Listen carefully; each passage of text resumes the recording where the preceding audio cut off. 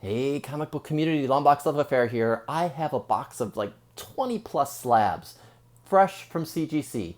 They were delivered to my office. I haven't really been in my office a whole lot lately, been working from home, so they've been sitting there for a couple weeks and finally drove in, picked them up, because it's not easy to commute with mass transit with a big box of slabs and navigating people. It's just going to get tiring. So I'm going to show you what's in this box and the grades. This is all new. I don't know what the grades are. I did not peek, so I'm hopeful. All modern books, but it really does span from the early modern age with like I think it's 1975 is the cutoff for CGC up until this current year. So let's see what's in this box. Great spec book here. Next Wave Agents of Hate, #1. This is a book I just bought at a convention for $1, and it's probably a V8 that I bought. This is a different one that I just happened to stumble upon a year or two ago. Minty copy. Most of these have been pressed, by the way. So let's see what this came back as. 9.6. Okay, near mint plus still. Not the 9.8 that everyone desires, so I hope this isn't a harbinger for the rest of the haul. But a 9.6. First Elsa Bloodstone in her current configuration. I think it's her first red hair or something, if people are keeping track. Fing Fang Foom appearance. Fing Fang Foom is a character that I have been randomly interested since a kid because I saw a picture of him in an Overstreet price guide. Spider-Man 2, #1, the Sarah Pichelli Thanos variant. Bought this because I'm a Thanos collector. This is the Marvel, there it is, Marvel Unlimited variant. I think it came in a Marvel Unlimited box. Bought it off of eBay, and I thought it was a decent grade. I got it pressed. Let's see what it came back as. 9.6. Okay. All right, is this going to be a trend? Many of you have probably not seen this book. It is a harder to find copy. I think it's probably a low print. I'm not sure the print run, but it's the Marvel Unlimited edition for Spider-Man #1. Miles Morales, Peter Parker. All right, Fantastic Four 67. 67? Yes. But do not be deceived. This is from 1994. This is, I believe, the second print. They don't say it's a second print, though. Wait. Okay. They say it's all new 1994 ad pages. It's a JCPenney's Marvel Vintage Pack reprint. So I had this as a kid. I eventually sold all of them as I started selling on eBay years and years ago and didn't realize the rarity of these. But I brought this back in the collection. I bought it for like $15 at a local store not too long ago. Minty. Just thought it would be nice to get it slabbed, especially with the Fantastic Four potential movie coming out with Guardians of the Galaxy, with Adam Warlock, since this is his first appearance, even though this is a reprint. So let's see. 9.4. Okay. It is super white. It is much whiter than any Fantastic Four 67, the first print from the 60s, 70s that I ever had. So this is the 1994 variant. Marvel Tales got the first appearance of Spider-Ham. Yep. The Peter Porker Spectacular Spider-Ham. So I thought this would be a decent copy to grade. I thought it would be pretty, okay. So let's see. I have no idea. No idea. 8. Okay. Whatever. Was hoping for a 9 something, but that's being truly optimistic. Probably the back cover did me in. It has some waviness to it. Not moisture, but just general waviness. I've had it pressed, but there's only so much that a press can do, especially if the papers is not lining up exactly. But still wanted to grade it. It is a key book, especially if this character takes off with the new Spider-Verse movie, whenever the heck that comes out. Alias. I picked this up from my friend who was part of his collection. Alias #1, Jessica Jones is the first appearance here. I was a big fan of the Alias TV show on Netflix. I rewatched the first season a couple times. I enjoyed it. So let's see what it came back as. This is the 9.8. This is a good one to have a 9.8 in. Not that all of them aren't, but 9.8 in this book. Okay, I'll take it. Look at that. I thought it was pretty tight. Excellent copy. Yeah. Thank you, CGC. Ken Lashley cover of Black Panther #1. This is the first Shuri in Black Panther costume. They don't really say that. I believe this is, or at least if anything, an early one. This book took off. This book exploded. I actually bought this off of Instagram for about $5 from someone, and then the book skyrocketed right after the person sent it. So I appreciate that seller for following through and doing the deal, and it got to me just in time. But yeah, that happens sometimes. And sellers that collect also have felt that on both ends of the spectrum, where you the exhilaration of getting a great deal, but then also when you sell something and then it goes out the window. So this is a cool one. I got it pressed. I think it was a VF copy, but I wanted to get it graded. So let's see. It could surprise me. It didn't.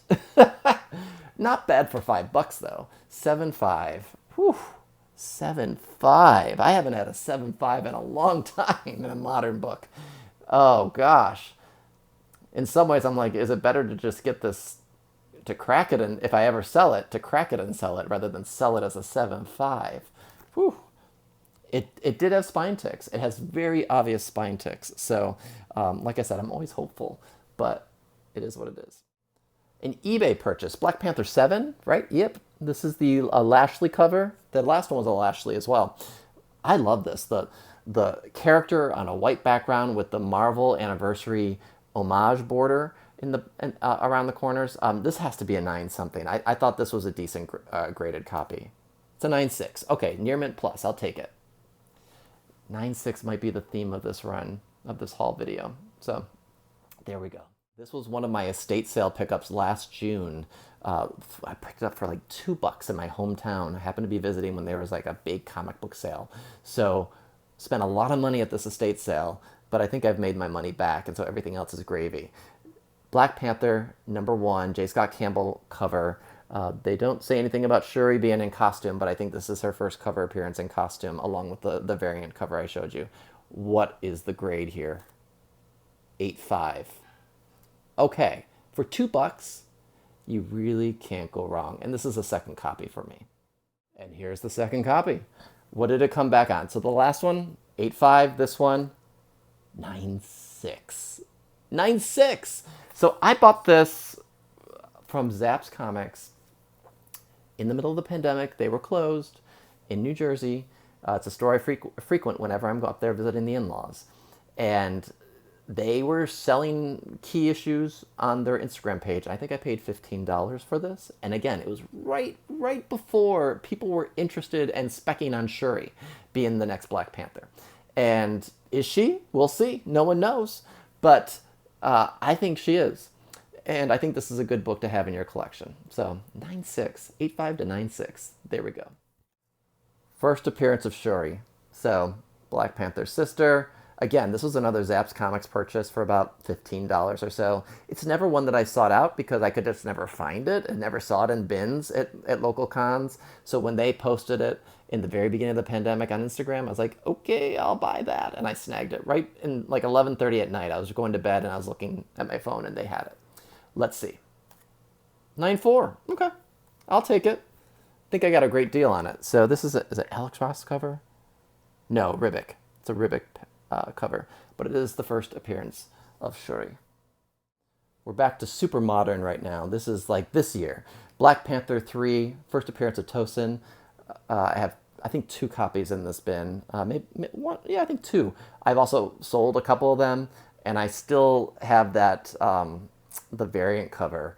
I have one of the variant covers that I had. I had 3, so I was fortunate enough to find that. So I thought this was high grade. I don't even think I pressed it. I just sent it in. 9.8. Good deal. I didn't need to spend money on the pressing. Cool Alex Ross cover. Different slab. Same grade.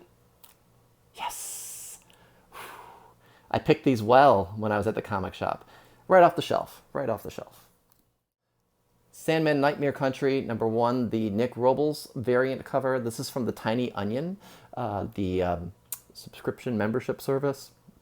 I signed on to get the Something is Killing the Children variant, which is in this box somewhere, but I got this one too. So you get like 6 of them, and so there's like 1 or 2 more that are coming my way. I just got The Closet #1. So this is a cool one with the Corinthian. Those eyes creep me out every time. Anyone who's read Sandman knows what I'm talking about. So Sandman Nightmare Country #1. Did not press it because of the nature of the cover, the foil. What did I get? 9/8. Yes.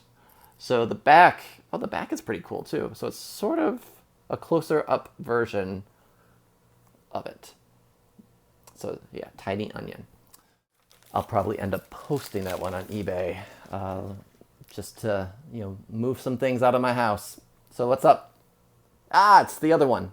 It is Something That's Killing the Children. This is Robles. Yes, this is #21. This new storyline. I just think this cover is the best of all of the Tiny Onion variants, the gold foil variants. What did I get? Yes. 9/8.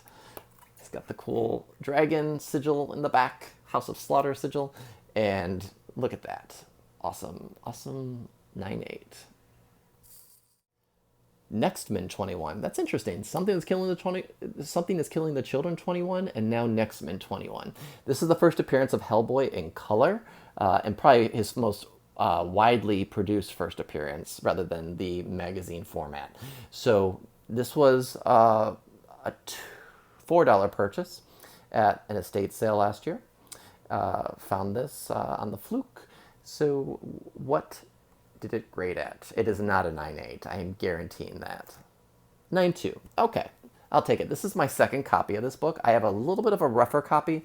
I don't know if I've actually gotten that pressed or if I'm going to keep it raw, and then the back is just a virgin cover, basically a virgin back cover to the front.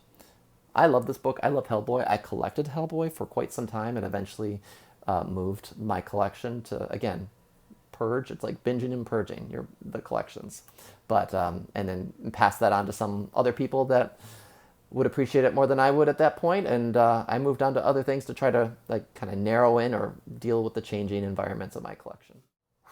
Something Has Killed the Children #1, 6 print. I've been meaning to get this graded for a while, and I just never got it pressed. Finally did. Yep, 6 print, hard to find book. How much did I spend on this? Like $60 or $70 a year and a half, 2 years ago. So I think, can't remember, but it was maybe, actually no, I think I paid like 50 something, and I thought it was really high grade. Could be 9.4 to 9.6, 9.8 if I'm lucky, but I can't remember if it was 9.8 worthy. It was. Oh gosh, I was underselling it. That is nice. 9.8. No characters on the cover, just bloody footprints. That's how we like it, right? Legends #3. Yeah, first appearance of the Suicide Squad. I was going to sell this book raw, but then I was looking at it as I was getting ready to take pictures, and I was like, this is a super high-grade book. I think it is. Did CGC agree? They didn't. I thought it was higher grade than a 9.2. I don't know why. I have to be honest here. I don't know why this got a 9.2. There was maybe one indent on the spine right by a staple. I have no clue. 9.8 or 9.2. Wishful thinking. It's too bad. I thought this was a great book to get slabbed. It still looks nice in the slab. It's still near mint, but it's just not as near mint as I would like it to be. What can you do? We're into some fun Bronze Age books. So Strange Tales 178. Jim Starlin on drugs. Gotta love that. It's like an acid trip in these books. I love looking over these pages. These are beautiful comics. I love them with all my heart. This is like my sweet spot. Adam Warlock, trippy 1970s. This is from 1975, so this barely meets the cutoff for a CGC modern book. This is February 1975, and 1975, probably January, is the cutoff. So what did this comic get? A 7. I'm okay with that because it's an older book. It is a desirable book, and high grade ones go for a lot of money. So yeah, sure, it would be great to have that, but this is just a beautiful Jim Starlin book. Art and story, right? Yep, art, story, cover. He did everything. It's the first appearance of the Magus, which got more popular acclaim in the Infinity War storyline, briefly. And then it's when Warlock takes over for Strange Tales. So if you ever have a chance to read the Warlock run, it's like four or five issues, and then it segues into his own story with Warlock number 9. Not number 1, but Warlock number 9. So definitely take a look at those if you're into reading some very interesting, groundbreaking comics. Another copy. So this is a book that I have multiples of, and I love this. I have one with a cover that's detached and it just looks so great. So this is not that. But let's see what the grade is for this one. What?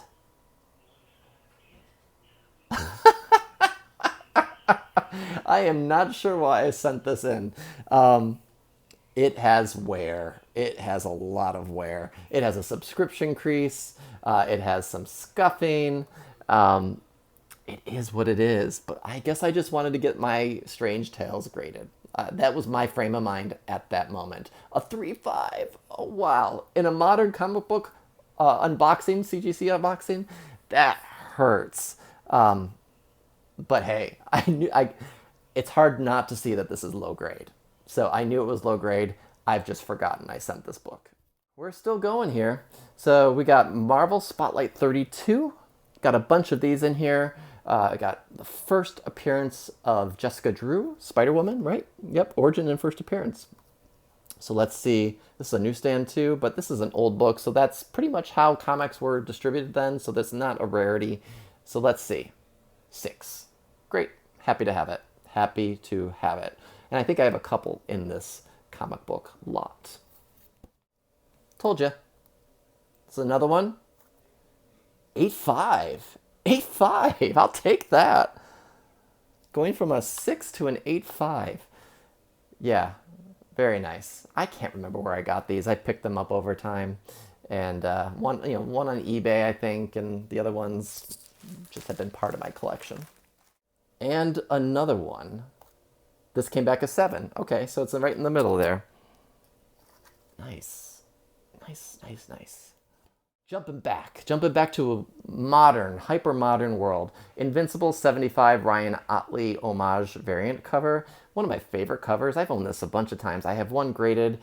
Gosh, what is it graded? Is it a 9.6 or a 9.4? I just don't think this will even grade that high, to be honest. So let's see. 9. Okay, I see some spine ticks. I knew it wasn't high graded, but I just wanted to get it slabbed. Just one of my favorite Invincible covers ever. Invincible Returns, the Eric Larson variant. I would love the Darwin Cook variant. I think that's a hard one to find, but I love the Eric Larson one too, and I have the David Finch one. I have first and second print, so this is the last one I needed to get graded. So Invincible Returns, number 1, one shot basically, and it came back a 9. I don't remember it being low grade like that. I mean, that's not terribly low, but I don't remember a 9. No spine ticks. Is there rubbing? I don't know. I'll have to look to see if they privileged me with notes, grader's notes for these, but 9 on this. Ugh. Last book. Oh, and this is the first print David Finch, Invincible Returns. Hopefully it's not a 9. I hope you heard my anguish in that reveal. 9.8. This redeemed it. We're ending strong. So started off at a 9.6. We went down to 3.5 and then a 9.8. So, yeah, that's this comic haul. Walter has been sleeping at my feet. And, yeah, so like I said, if you're new to my channel, hit that subscribe button. Like, comment, do what you will. Hit that bell if you want notifications. And I am going to try to post more. I've kind of been like on a little bit of a vacation hiatus, vacation brain at least, where I just haven't been posting a whole lot. So I'm hoping to change that. Thanks for sticking with me, and I will see you next time. All right, bye-bye.